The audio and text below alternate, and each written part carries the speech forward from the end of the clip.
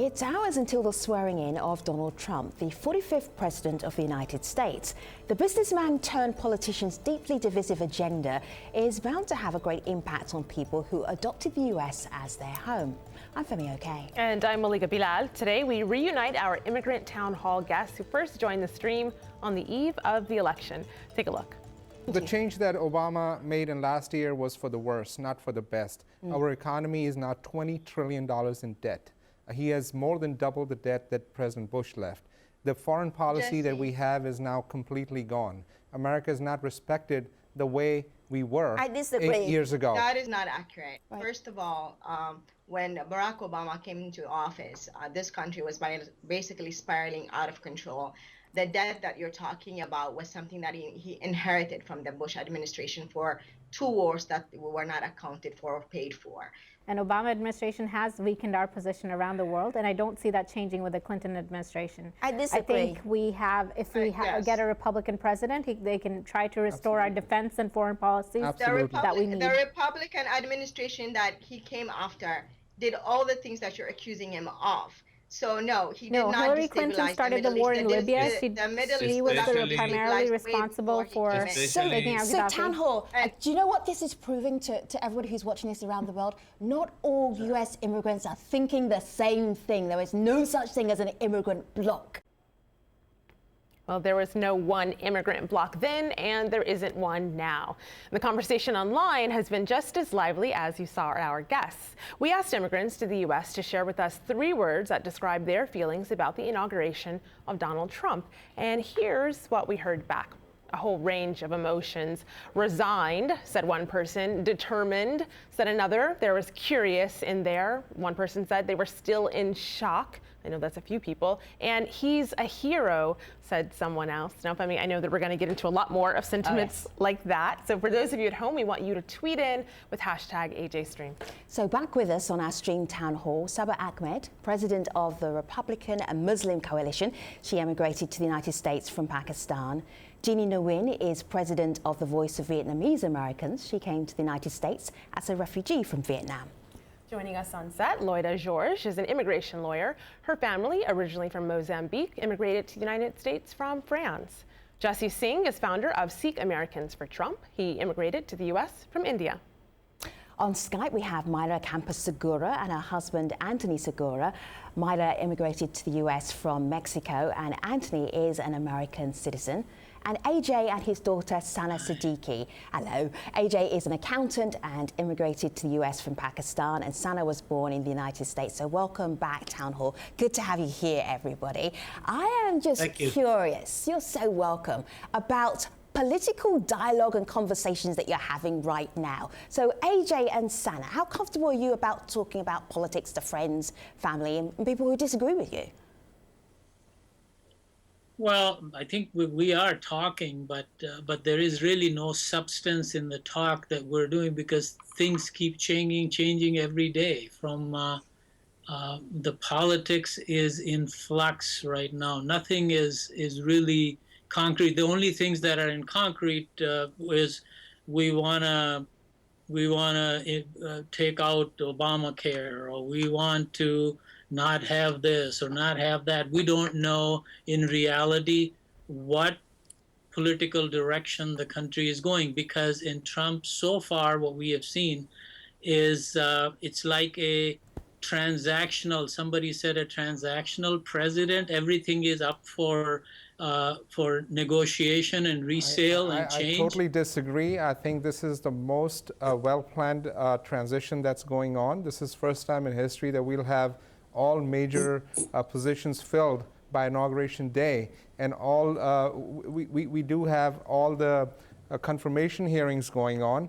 On the other hand, Jesse, I don't want to be interrupting you, but here we have a political appointee tracker, 661 appointees waiting announcement. 29 nominees have been announced. Nobody confirmed yet. They will be by tomorrow. There are hearings going on, and it will be if you by tomorrow. Yes, inauguration. Of course, it depends on the Congress. The interesting part is that many nominees, when they been at the hearing, that many of them spoke differently from the policy of the President-elect Trump. Many said things against his policy.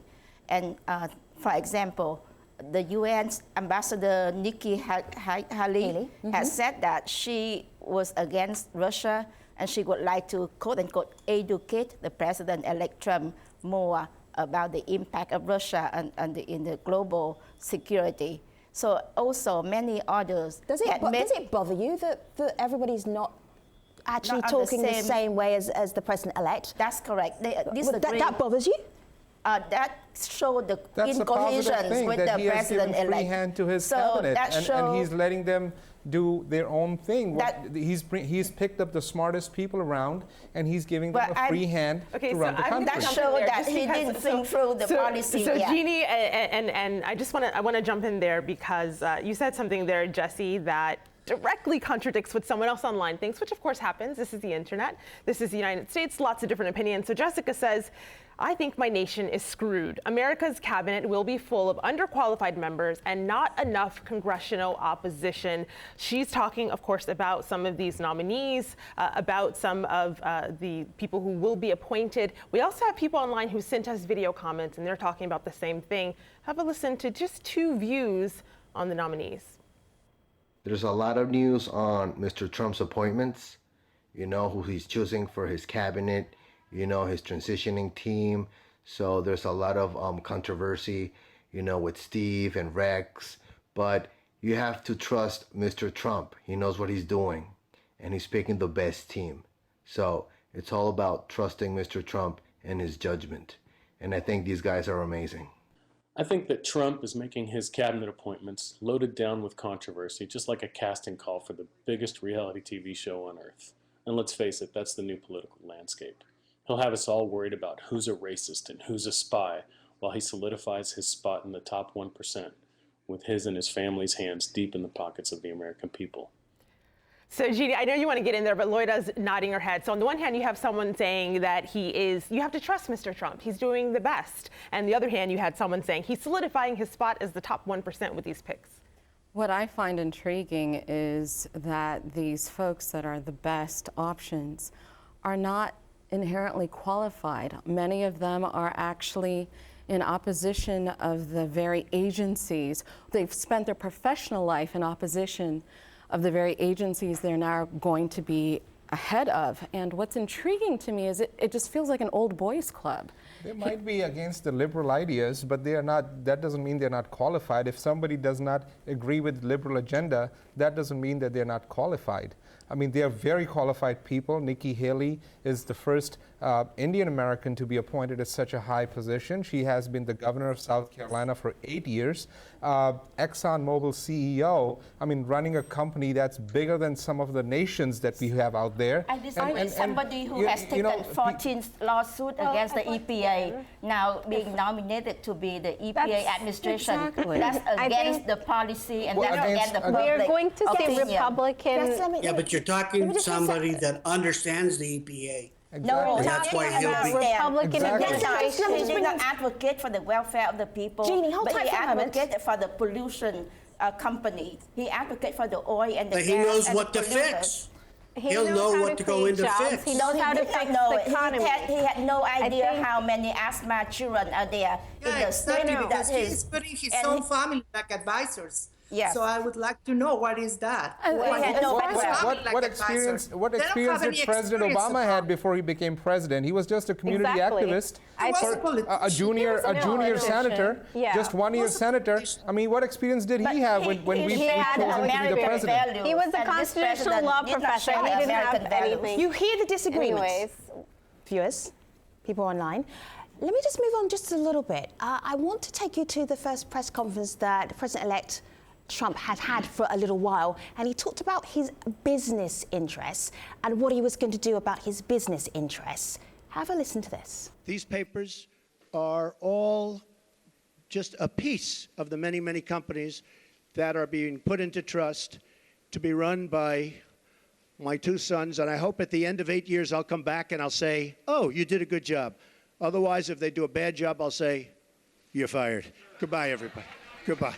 It's nothing I think but sound he's awesome. bites. He's divested his interest in his business. I think he is putting American interests front It's and his center. family interest, You know not what? American interest. And on He top of obviously that, got the money. required to do So anything. guess, I love all of you talking at the same time. I'm going to actually call your name out so that I can hear all of you. Saba, your point was what? His business interests have been divested. He's more focused on American interests, and I know he will be a great president. He has the best interests for all of us at heart, and I think we have to give him a chance. And the next 4 to 8 years will be great for America. Loida? All I'm hearing is sound bites. He knows he's great. I mean, the facts are this. When you're talking about divesting your interests, but at the same time saying, I'm going to put my profit into the Treasury, everyone who's in business knows that you handle your expenses before profit. He can fiddle with those numbers. So what exactly is the profit that he's putting into the Treasury? I think it's just a whole smoke, clouds, and mirrors, and it's fooling some, but not most of us. Myra, you said exactly why. Well, because, I would like to know if he moved all his companies like he's doing with other companies, like the Honda or the Japanese companies, if he moved his companies to the United States like he wanted to do with the others. They are businessmen too. So he needs to start do the first man for move all the business that he has out of the United States inside of the United States. Jesse, are you concerned about President-elect's business interests? I'm not at all concerned. He was elected to be the next president of the United States. That doesn't mean that we should penalize him and have him go through all his hard work, his life earnings, and say you have to get rid of it. The man has gone beyond what is required by law to differentiate himself with his business. No law requires him to do anything what he did. President and vice president are exempt from all these things that we're talking about. Sometimes you do things that are not in the law, but he has done that. He has gone beyond those things, and he has proved. He has turned everything to his sons. He has turned everything. He came on live TV and he told the American people how he's associating himself with all his businesses. He didn't have to do that. He did not have to do it. He promised a transparent governance, and that's what he's giving us. No matter what he does, even if he sells all his businesses, liberals are still going to say that he is not right, no matter what he does. So, but this is what he did. It was more than what he was required to do. Sana, let me have a listen to Sana. Sana, what did you say? It's not about, finish your sentence. So it's not about progressing the liberal agenda. It's the fact that his cabinet is almost a replica of him. It's people that have little to no experience, billionaires, people who have conflicts of interest. So you think billionaires don't have experience? It's not, billionaires don't have experience. They just became billionaires just by luck. They don't have any experience. Mr. Trump himself said that he would not divest his business, and that's a conflict of interest. Town Hall, may I move on? Let's move on. Town Hall, so you can hear, the Town Hall are not in agreement about President-elect Donald Trump's business interests. Perhaps we can get them in agreement about the topic Malika's going to bring up next. Somehow I doubt that. I doubt it too. Maybe. So actually I'm picking up on something, Jesse, that you said about him promising to have a transparent administration. So this is a tweet we got from someone who might dispute that. Terrence says, Trump, you can't trust him. He's an accident waiting to happen, as in Russia. So the English is a little bit off in this tweet, but he brings up Russia. That was another big moment over the past couple of weeks, really. Russian hacks, the intelligence community here in the U.S. saying that Russia likely had a role or played some part in our elections. What do you make of that and the transparent claim that you had there, Jesse? Let me tell you about the current administration. The current administration brought up Russia, WikiLeaks, all these hacks going on. And what does our president do? He pardons Assange. On his last day, the guy who leaked everything to WikiLeaks. He didn't pardon Assange. He didn't pardon Assange. Yes, he did. I'm sorry, not Assange. Yes. And he commuted, which is not the same thing as a pardon. Trump hasn't even show his tax returns. Jesse, did you just and every Al Jazeera president candidates have to show his tax returns. The other guy. That was not fake news on Al Jazeera. No.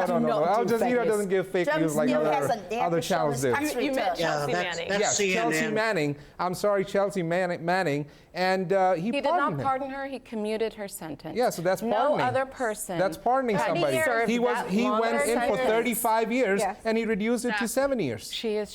Chelsea Manning is considered a woman. It's not a he. Okay, she. I'm sorry. Mr. Manning. He's physically a man. And that happened under the Obama administration too. I mean, I think, you know, the liberal agenda was at full force. I apologize, but I think Republican conservatives getting back into office is a great thing for America. And I think Saba, sorry to interrupt you, but a little bit earlier we heard Sana say this is not about conservative versus liberal, and my question was about Russia. So whether you're conservative or you're liberal, what do you think about the Democrats Russia stuff? lost the election? I didn't hear a about liberal it fantasy. before. I didn't hear about it before November 8th.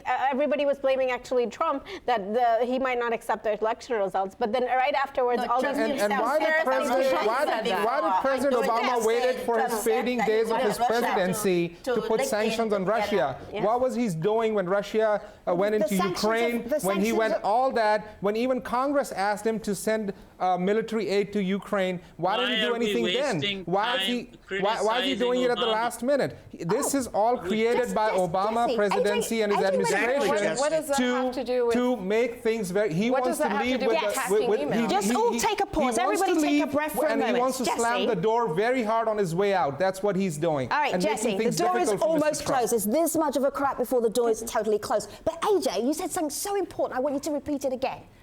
About time. What did you say? Just that moment. What did I? Criticizing him. Oh, we're criticizing Obama. We don't need to at this time criticize Obama. We need to talk about what's coming up. Thank you. What's coming up is created by Obama, so we have to find out what the president is doing in his last days. He has been the most negative president in his last days of presidency. Nominated to be the Secretary of State. I think a great agenda is coming for America. Let's talk about Trump. And I was going to say to Saba, when they come up with my name on the list as a Muslim, I'm going to call you. Sure, please do, but I don't think that he's planning anything like that. All of the administration cabinet positions who have been going into the hearings, they've all condemned. There will be no Muslim ban. There will be no registry. All this is made up fears. And yes, there was a lot of campaign rhetoric, but that is not. That is just campaign rhetoric. That does not have a place in the administration. He has retracted. It's liberal agenda. That's not exactly. That's exactly. That's what so liberal fear just give me a moment. I just want Anthony to talk to AJ. AJ, explain your fears to Anthony. Well, my fear is all the Islamophobia that they have spread right now about having a list of Muslims. I came to this country, Ronald Reagan gave me the citizenship, and I got a letter from Ronald Reagan thanking me for choosing America to live in this country. And I chose America because not what America today looks like to me, where they're going to make a list of Muslims. Excuse me 1 minute. So I wanted Anthony to respond back. AJ. Anthony. Yes. You're talking about the Muslim. But what about the main thing that got the campaign started? It was about Hispanics. And I can tell you right now, one thing that I'm disappointed about, and I do like his picks for his cabinet, but since Ronald Reagan, there has always been a Hispanic on the cabinet. So, and for the first time, let me tell AJ one thing. That's a disappointment. But he has a good cabinet pick, I can tell you. AJ, it's not about Muslims, Sikhs, Hindus, Jews. It is about people who are disruptive, who do not follow the law. If you have radical ideas, if you are going to have terrorist ideas, your name is going to be on the list, regardless of who you are, Muslim, Sikh, Hindu, Christian, Jew, anybody. Yeah, and Mr. Trump has said 20 times, he has said more than 20 times in different rallies that if there's going to be any ban or anything, it's going to be based on geographical regions of countries that are having terrorist problems. But media does not carry that. So let's do a blanket ban. Refugees from entering the U.S. and that's against the American values. And refugees are not terrorists. He made it very clear. What happened in Germany? What happened in Paris? Where are you living? That doesn't mean we're living in the United States. Yes, so read some news. What's happening in Jesse, Jeannie, and our town hall guest. Just give me a moment, because I want to push things on a little bit. Malika. Only slightly, though, because I know Sana has feelings about something I'm going to bring up on my computer here. This is a headline that I know resonates with you. This is George Takai, who says, "They interned my family. Don't let them do it to Muslims." And of course, he is referring to the internment of Japanese Americans. Sana, When you see that, what have you been thinking? What's been coming to mind for you? So yeah, I read that article, and you know, the Japanese internment camps, they started off with that hateful rhetoric, with that fear, with that blame, very much similar to what we're seeing nowadays when it comes to Muslim Americans. So when I read that, it just kind of opened my eyes, because I was under the impression that, you know, there are enough people in the United States that would say, no, that's not going to happen. But at the same time, there is an elect that has been preaching Islamophobic, or saying Islamophobic comments and using Islamophobic rhetoric, and people are responding to it. It so is not going to reading that happen. article really opened my eyes. As a Muslim American, I think things up. Yeah, exactly. That is never going to happen. It's the lies coming from the liberal media. Exactly. I'm sure that's that what is, they said then. I'm sure that's what no, they said no. then. That was after a war So I'm listening. attack. I'm listening to you, and I'm really curious because I hear the dissent. It's palpable. What do you think is presidential, Jesse? Presidential is what Mr. Trump is doing. He's trying to bring the country together.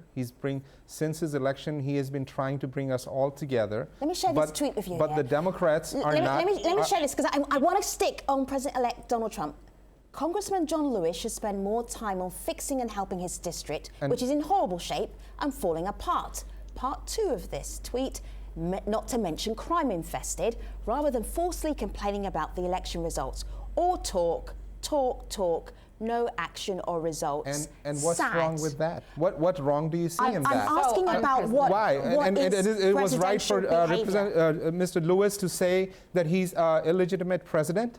Was that right for him? For a leader of his stature and the so much respect he got from this country, rather than uniting. So I told you to take a what's presidential. Let me just check in with Myra. He's a president who is going to talk and say what is in his heart. He's not a political. Myra, Jesse, I hear you. Myra, what's presidential? What are you expecting? What do you expect from the next president of the United States? Well, first, I think that the main thing is that we need to trust in the president. And for that, we need to have clear who is him, what he shows. And I don't think that he really is somebody that we can trust right now, because there are a lot of inconsistencies in the information that he gives us about himself. There is a lot of questions that we need to know, and he doesn't want to, he don't explain us yet. So it's really difficult for me trusting him now. I understand that we need to give him a vote of confidence, but it's really difficult to do it. And I don't think that with the information that we have now, the way that he talks with the people, the comments that he does all the time, for me, sometimes it's like insult to the community. Well, the bottom line is tomorrow he's going to be sworn in as our next president. The people have spoken. They see him as presidential. That's how they voted for him. He won with a landslide electoral college victory. He had an electoral college victory. Only 25% Americans voted for him. That's 2 states. California, you take California out and everything is, all those majority votes are gone. He did not represent the American values. He did not represent the majority of Americans. Look at the map. It's all, thank you. That is the electoral. Of the electorate He painted America red. And the electoral vote was wrong. And so did the House. No one is disputing that he won. No one is disputing that he won. But it's a lot of people. That was it is a fallacy. Yes. People watching this are like, is it the end of the show yet? Many people said he's not the president. John Lewis, the hero, said that he's Order on the floor, please. Everybody, thank you. Let's put all of our guests up there so we can see them all together. Who is going to be watching or going to the inauguration? Let me see. Let me see. Let me see. I will watch as a citizen, but doesn't mean that I approve of the president-elect. You're not going to be watching? I will watch it, but I'm not approving of the president-elect behaviors. All right, Jeannie, hold tight. We need a part 2, Malika Bilal. Right, so this has been the transition period. In our next show, in the next AJ stream, we're bringing the town hall back to look ahead to the next 4 years of who will be President Trump and the Trump administration. You can join in our discussion using hashtag AJ Stream. Thanks for watching, everybody.